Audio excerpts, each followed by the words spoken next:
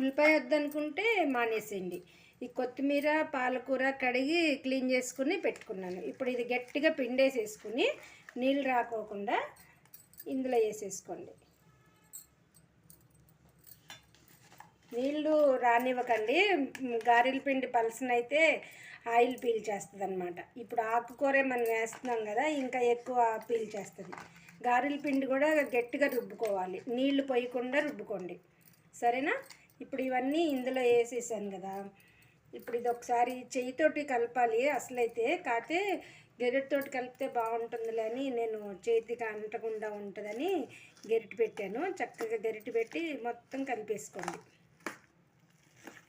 పక్కన స్టవ్ వెలిగించుకుని ఆయిల్ పెట్టుకోండి, ఆయిల్ కాగిపోవాలి.